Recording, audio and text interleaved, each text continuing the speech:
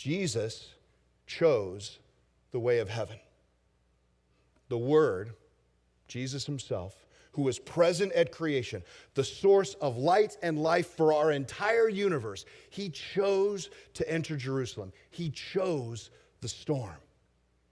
He chose to expose himself to the schemes of the Pharisees, who themselves had chosen the way of the world because they were more interested in power than in actually loving God. He chose to be arrested. Jesus chose to be humiliated. And he chose what would happen on Friday. He chose to die. Why? Why would Jesus do that? It's because he chose to love us. He chose to surrender his life so that we could have life. He chose to give us a choice. Today, we're celebrating this triumphant entry of Jesus in Jerusalem. Those around him at that time, the disciples, they were filled with expectation and joy. They were anticipating that Jesus was going to turn the world upside down.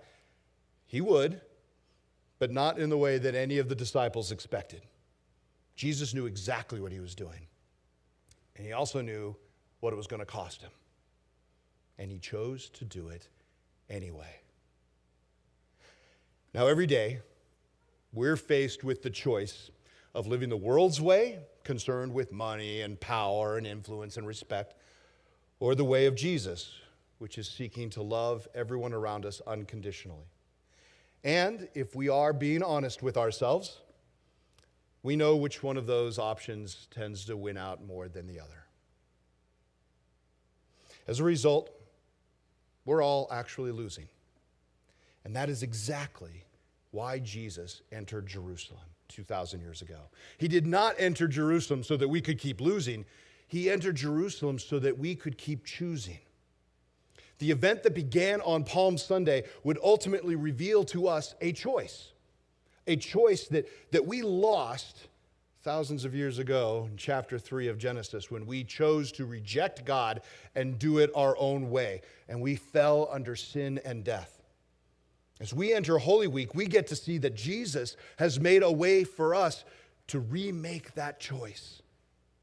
Now, if there's anything I've learned from my study of the Bible and from paying attention to myself by looking in the mirror, it's that I will not make the right choice on my own.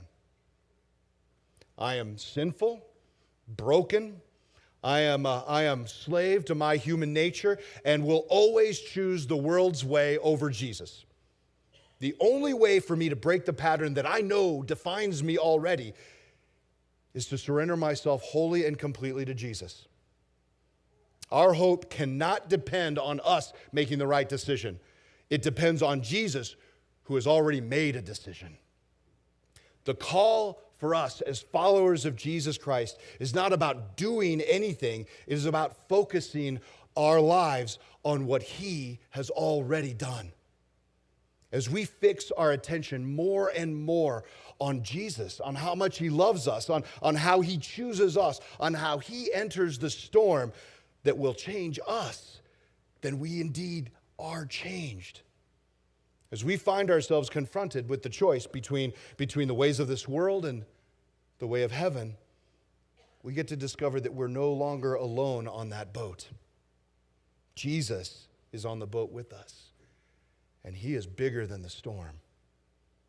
Jesus chose the storm because he chose us. And he chose us so that we might choose him.